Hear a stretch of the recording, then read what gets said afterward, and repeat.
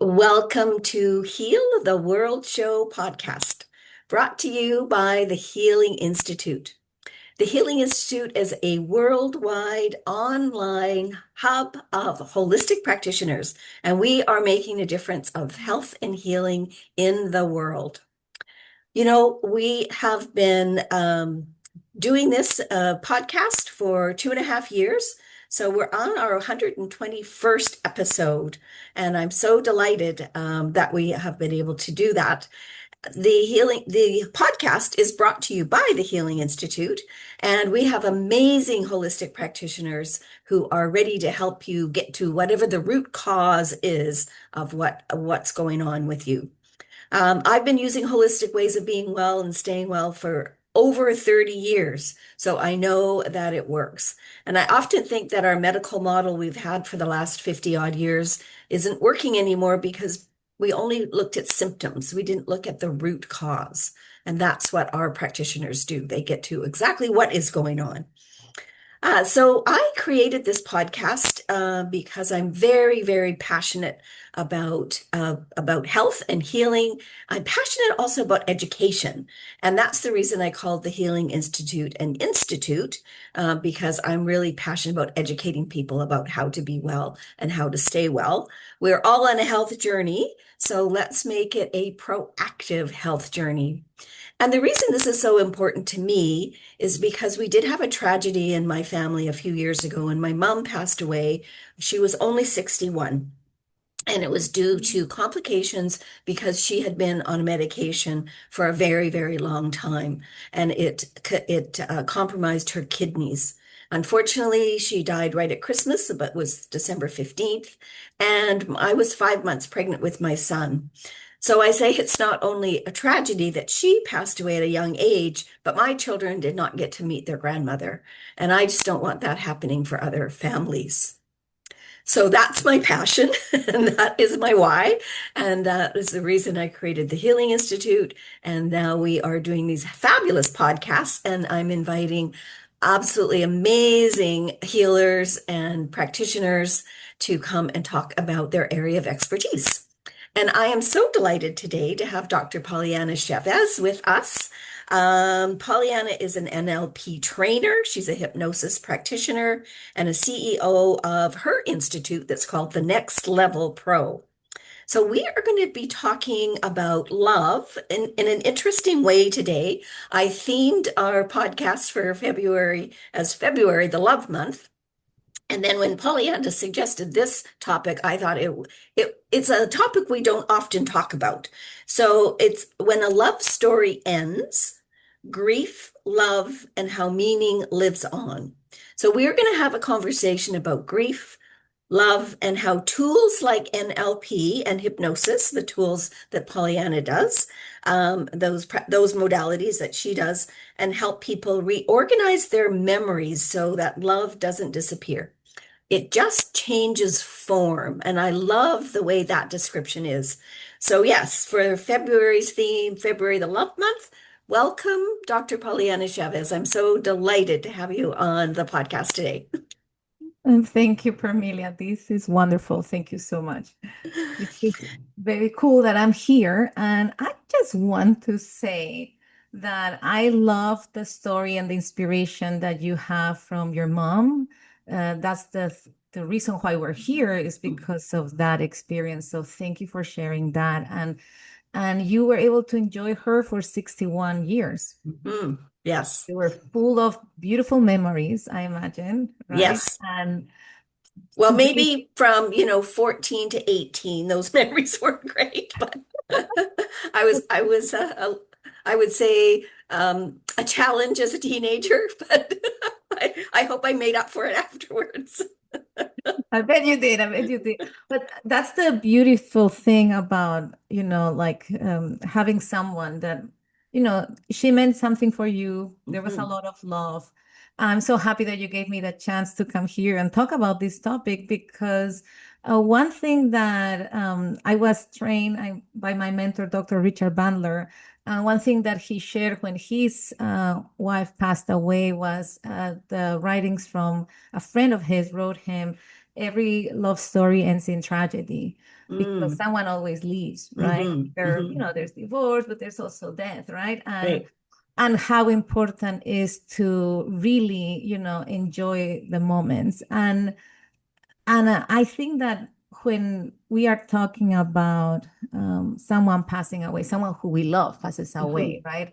hmm Either is a parent or a partner, a friend, family member, or a child, even, it is okay to feel that sadness, right? That Absolutely. nostalgia. And it's part of all the emotions that we have. It's just sometimes we can get very caught on those because if we really think about it, it's okay to miss someone for the good things that Mhm. we lived and we cannot do it again. But what if some people sometimes, and sometimes we do this, is we get caught at the end of the story. We get caught with memories, and I'm going to call them bad memories Mhm. just because they create a bad feeling. Memories maybe of the funeral, maybe memories Mhm. of the suffering at the end, memories of the doctor's, conversation, who knows, Right. memories of things that, that probably happened kind of at the end. Um, and then we always are remembering those and making ourselves feel bad, right? And that's why I'm talking about reorganizing them because sometimes we put these memories of the bad things that happen at the end so big that they are the only thing that we can see and we Yeah, keep they living. outweigh the good ones. You Exactly. remember those memories over the ones you have. I remember I had to really concentrate on remembering my mom when she was well and Exactly. not at the end when she was ill. Yeah, But exactly. you're And that's right. Those memories at the end can become very overwhelming. exactly. And so when I have people that come because they have grief, let's say grief hmm that is, it goes beyond the normal, hmm some people get stuck there. And that's what we do. They're so overwhelming. They're you. This is the only movie that you watch. If I watched the horrible movie every day, I would be depressed too. Well, of Yeah, course. Yeah. exactly. So then what we do is, let's switch the movie, let's Yeah. get rid of this movie because this movie doesn't represent this person. Right. And when we talk about what should you be watching instead, what I love to do with my clients who want to overcome this grief and that is not healthy at hmm all, that is not that nostalgia. It's this grief of this kind of obsession on looking at the bad thing over and over, and it's like becomes like a pattern. Once you do, Yeah. it's so automatic. You cannot sometimes have freedom to let go. So what I do is I always ask them, usually ask them, so how many images do you have in this horrible movie, right? How many scenes? I mean, if they Ah, have five yes. scenes, because they probably said the funeral home, the doctors, the coroner's report. I mean, who know, everybody has their own. Let's say they have five. Then I ask them, okay, now I want you to think about five lessons that you learn about this person. Because even if this person was a young kid of 2 years old, right? They taught you something. There was something. Yes. Always there's Yes. something, right? And you don't need to explain it to me, just because you know what they taught you, but just give me a word, right? And I hmm remember I was working with a guy, a man who his kid had died, and actually was 2 years old. This is when a child dies is the most Oh, that's anti-natural so thing tragic. ever. hmm It's tragic. It hmm shouldn't be. It should not happen. But and he was really in a very depressed state because, of course, this kid had been suffering for most of his life because of an illness. That's why he died at 2. And but despite that, he told me three things. I mean, he didn't explain it to me. He just told me three words for hmm each one of the things that he learned from his kid. And I thought that was so beautiful. And he said the first one was love. And I was hmm like, okay, that's true. Because it's the simplest lesson that you can get from another human being that you love and loves you. And he's like, the second one was courage. And I was like, wow, hmm that's so amazing. And then the third one was fun.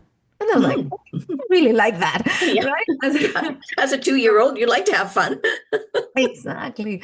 And so I just, so I put him in a trance so that he can easily, I put people in that trance so they can focus on the directions that I give with my words. And so that he could focus on this and he could see himself teaching others these Mm. lessons. Beautiful. And then as Beautiful. you are looking at yourself, teaching others the lesson of love, and really spend time looking at Mm. yourself, teaching that, you realize that that is kind of like true immortality, because not only you got this lesson for yourself, now you're sharing it with others, and you can see the impact that that can be having Hmm. in the people around you. And then there's like a sense of purpose and direction that you can give. And the same way with the second movie, like you see another movie with your word, in this case was courage. And and I don't know what he saw. He saw his Hmm. movie, because I always tell them, you are the main character and the director of this movie, right? This is Right. your Yeah. movie. Yeah. Make it as beautiful as you want. And I want you to see yourself teaching others this second lesson. And you know the word. I know it. If I know it, I'll say it. If not, they know what it is. And you can watch. I'm always watching, how their face is changing, because now it's different. And when he Mhm. saw himself in the fun one, and Right. I saw him smiling and Yeah. laughing, that was beautiful. So that Because way he's also celebrating his son yeah, and the relationship that he had with his son, which is beautiful. So and not now he always, can teach it to yeah, others. and not always just focusing on the tragedy of the fact that his son died at age 2. Yeah. So you mentioned, I wanted you to elaborate a little bit on the modalities that you use, NLP and hypnosis. And you mentioned you put him into a trance. So that would be hypnosis. And then the tool of NLP, which is neuro linguistic programming for people who don't know what that means.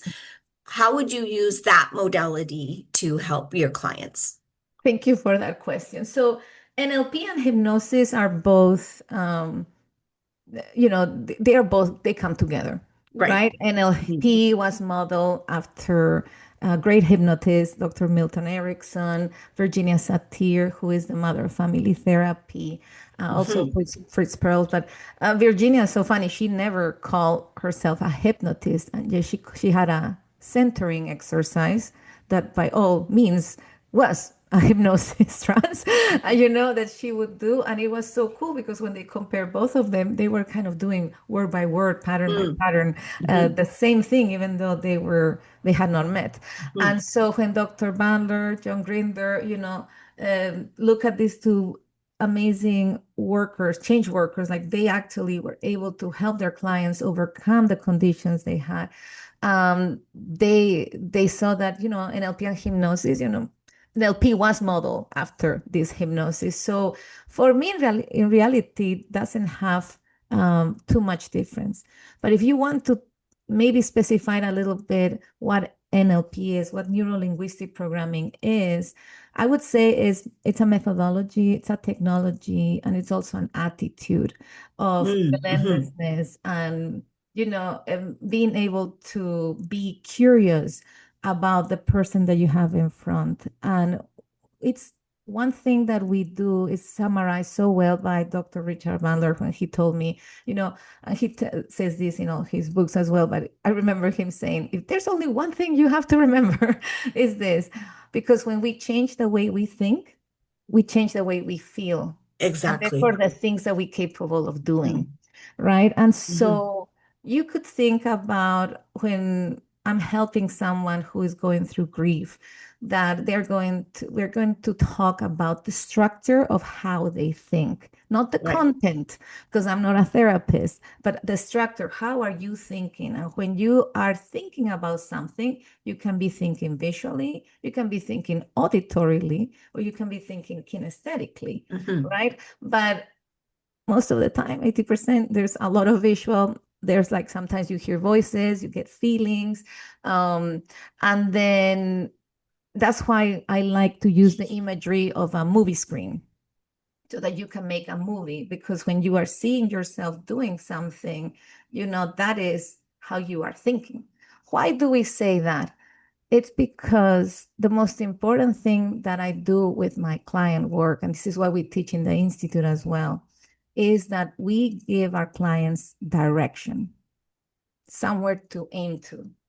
And Right. so when they can see it in a big image, that they can see themselves teaching a lesson that they've received from someone that passed away and who they love, and they can see themselves doing that, then you're telling the unconscious mind, this is where we're going.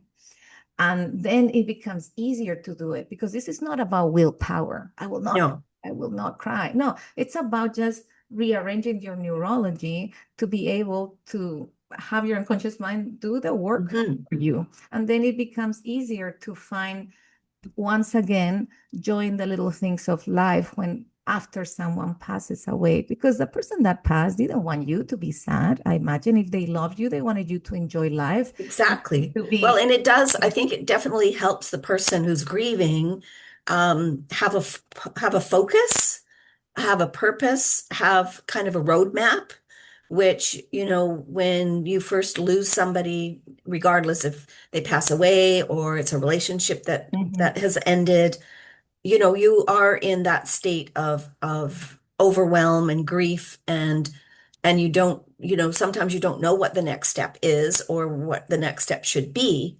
So by teaching people that they are in the driver's seat, they are the director of their movie, that is giving them some purpose, right?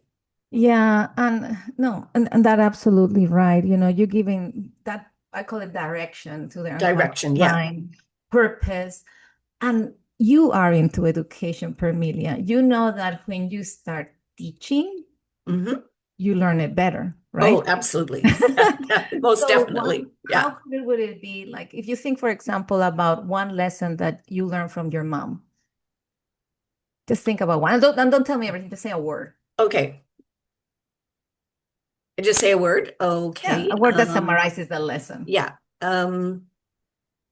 Patience. Patience. Okay, great. So if you see yourself teaching patience to others, somehow you become More patient. more Myself. patient. Yeah. Yeah, because you Yeah. need to teach it, right? That's right. And then you're like, oh, and then you are seeing the lesson of what your mom taught you from also different perspectives, because in order for you to explain it to others, or to show it to others, or demonstrate it, or because teaching is not specific, because you can teach visually, you can teach Hmm. auditorily, you can teach kinesthetically, right? There's so many ways of teaching. Hmm. It's whatever your mind is going to show you, or you're going to be directing your mind to do. And um so that's beautiful, but you're going to have to gather this information from that you got from your mom, package it in a way that's easy for you to express it, and you're going to express it and teach it to others.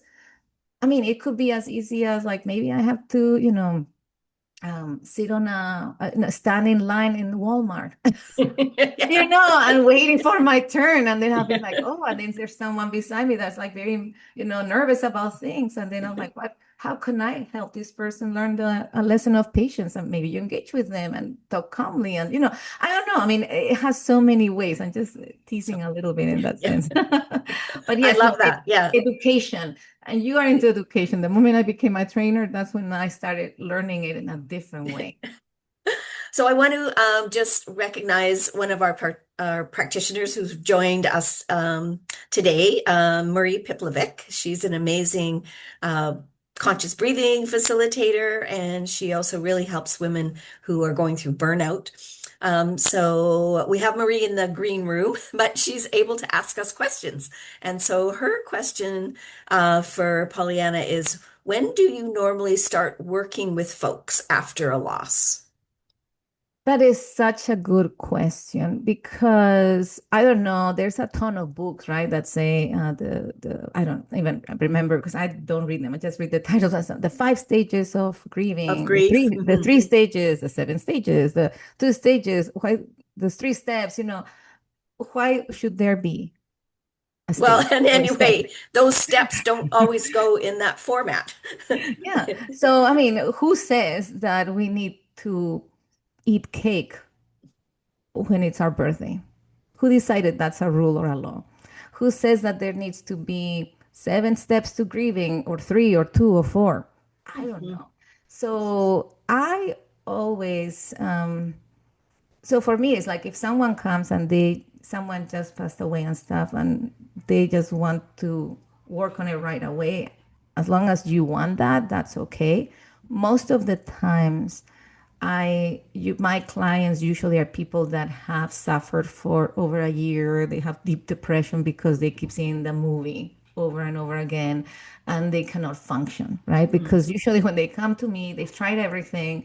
That's what happens. And then, well, let's try this thing of hypnosis. Maybe it works, and it works. Would I love to have access to them earlier? Yes, absolutely. Right. And so, um, when we think about the steps and all that stuff, for me, for what I know at the neurological level, that's just another belief. And a belief is an idea, Mm. right? It's Mhm. like time, right? We all agree that time should be this. It's 12:27 right now, right? It's a construct, right? And so it's an idea that we function around it. In terms of like, I'm grieving, I cannot say this is what has to happen, right? If someone comes and wants to overcome this so that they can easily focus on the good memories instead of the bad memories, it can be done immediately. When the most recent death in my family, it's a pet death. Mm. It was my dear dog. He died 3 years ago. 3 years ago, 3 weeks ago, and it was very, very sad to see him. He had been with me all these years, 16 years and stuff. And I let myself feel Mhm. that grieving because for me, it allowed me to tap into an emotional feminine energy that I hadn't tapped in a while, right? And so for me, it had like a little bit of a good purpose to allow that grieving to happen. But I started noticing that it was very easy to go into a downhill from there. Like, wait, I can easily get myself depressed if I allow this to happen. Mhm. So I started thinking, what did I learn from my dog? And I remember when he was 2 months old and we found him, we got him. And the first time I saw him, he's a Jack Russell Terrier. He walked like he owned the world. He occupied his space. And since then, he's always walked like he owns the world. And I've always looked at him and admired that quality of him. And then that combined with this emotional feminine moment that I was having, I felt that that was a gift from him Mhm. to me. Absolutely. Like, it's time Mhm. for you to using this feminine energy to walk as you own the world, occupy your space.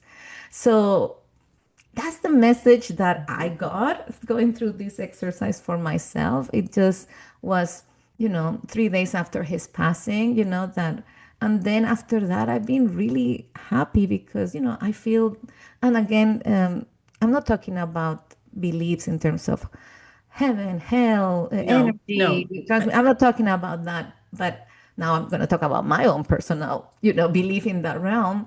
I believe that he's still around. There's an energy, and I can see him right here with my imagination, of course, that I'm not, don't need medication yet. So, and I can see him here, and it's a nice, beautiful presence that I always have with me. And I remember writing in the Facebook post about him and I was saying, well, Eddie, now you get to come with me everywhere because Yeah. you couldn't travel with me Yeah. before, right? And so he truly is. I feel that he's always with me, and it feels like a great energy, and so for me, it took me 2, 3 days for me to allow myself to Yeah. That's try to do that. And I still, if I think about him or I see a beautiful picture of him in the past, I can look at it with nostalgia, right? mm, And, if and I miss hugging or doing these things. And when I think about that, I tear up, but I'm not crying because of horrible movies. I'm crying because of beautiful things that I miss. And that is okay. I feel in my world it's fine. But then because the tears are different. If Hmm. if we talk about the quality of the tears in that sense. So I don't know if I'm answering your question. I'm not gonna give you I think that's I think you did answer Marie's question because it could be people could work with you in any kind of a timeline.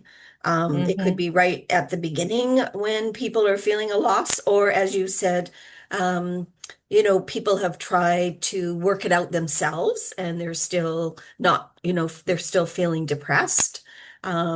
So let's see, Marie's got another comment here. That's great, she said. And can you touch on if there are differences between grieving loss by death or loss by divorce or separation, and how your support might change or not? That's a great Thank you. question. Yeah, great question. Definitely very different. Very, very different. Hmm. Because here we are for grief for loss of someone that you love, right? Um, you're not happy about it because the person that you want is no longer with you, Right. right? The only person that would be happy because there's a death is I'm always making this thinking about like, who would be happy when someone dies, well, maybe someone that killed, if you're an assassin and this is your mission, right? And you would be happy about someone dying, but that's the only person. Death is never, if it's someone that you love, it's gonna be sad and nostalgic. And what the aim is to give this sense of immortality to this person. So it perpetuates and it's gonna come with you everywhere in some way. That the teachings that you learn, you can share with others, Mm. Eddie coming with me everywhere. But when you talk about divorce or separation, usually there is a conflict that didn't get resolved. Hmm. Two Hmm. people part ways, and most of the times there is hurt, and maybe if there is one person that, despite the fact that this relationship was not working, and you miss this person, Hmm. most of the times what happens is that you are only thinking about the good times and you don't remember the bad times. It's like you eliminate the bad times. And I mean, Hmm. this happens a lot in abusive relationships that Hmm. people will remember when he apologized and he brought flowers and I will never do it again. And they forget the punching, the stabbings, the bruises, right? The tearing of, the earrings and the bleedings, and they forget all that, right? And then they only focus on the apologies, for example, right? And then when you get out of a relationship like that, you're still having that pattern, right? And so Hmm. I could help with those things. Um, if you this if that's another way, another modality would be if someone has like a broken heart, right? Let's say, for example, you've been married to this person and you're loving and stuff, and then suddenly this person decides, I don't want to be with you anymore, and they walk away and they leave you like that, and then you have a broken heart, right? And so again, it would be similar things. You're only looking at the good things, but that attitude of leaving you, for example, well, that was not a good thing to do. And, would you want to be with someone that does that to you? And sometimes people, they're very interesting.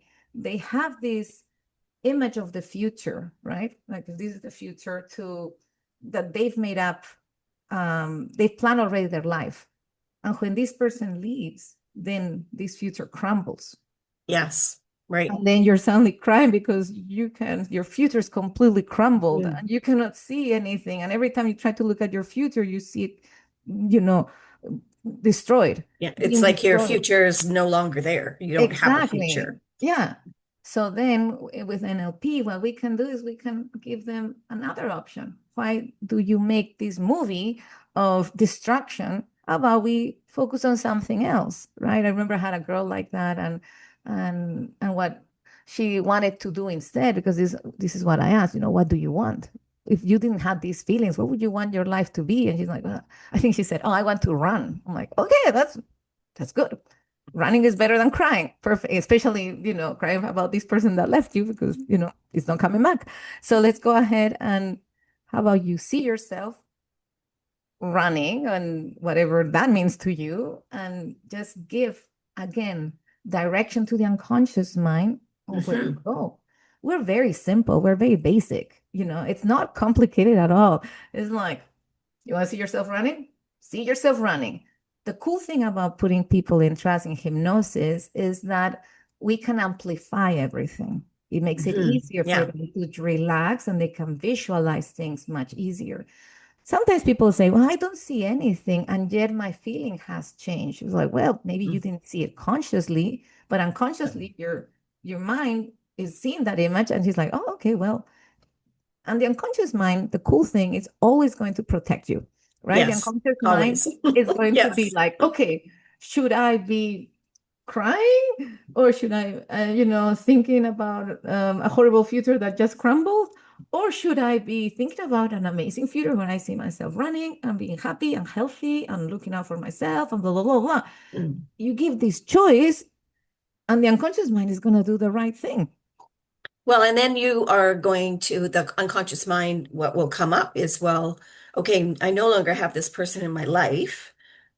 And then you think, well, there was a whole bunch of things I had to do because to make this person in my life happy or to make the relationship work. And now I don't have to do those things anymore. I can do other things that will make me happy. Exactly. And No, so, yeah, and when you are in a very bad mode, like, because you are thinking about the crumbling future, for example, we're just using this as an example. Okay, mhm, everybody's unique, by the way.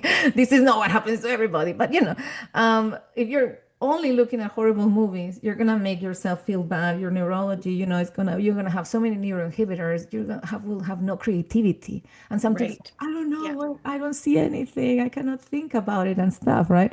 And they cannot see all the possibilities. And one thing I teach people is like, we need to, for me, resilience is being able to accept when a door closes and immediately start looking for the other for another, 10, the door that 10 opened. doors, Yeah, 10 doors, 10 doors, not just one. I love 20 that. windows, 10 dollars suddenly are all over you, all around you, because this world is full of possibilities and opportunities.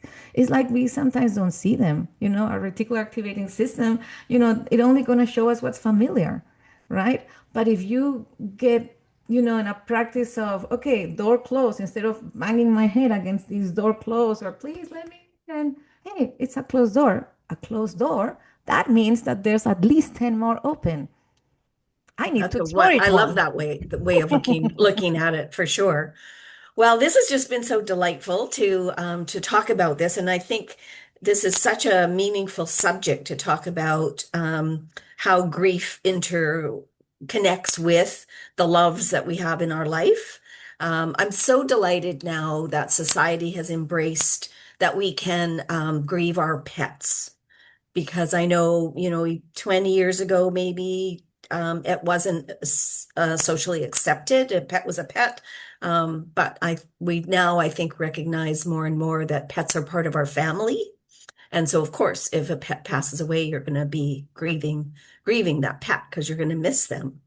Um, so thank you so much, Pollyanna Chavez, for being on the podcast today. My pleasure. Our vision here at the Healing Institute is to create a community of expert health practitioners, and they do customize whatever it is you need. It's uniquely to your specific needs. It's not cookie cutter. It's definitely just what you need. We create something like that we create what you need, whatever that is. And our motto is service with love, which I think is perfect for February. And we have a big ask. We are out to heal the world, so please tell your colleagues, your family, your the people that you meet, tell them about the Healing Institute and all our amazing practitioners that we have that are available to help people with whatever it is, whether it's physical, emotional, mental, spiritual, whatever the issue might be. We are here to help you. And again, today you got to meet an amazing practitioner, Dr. Pollyanna Chavez. I thank you so much for being on the Healing Institute and the Heal the World Show podcast. And we will see you next Friday with another episode of Heal the World Show podcast.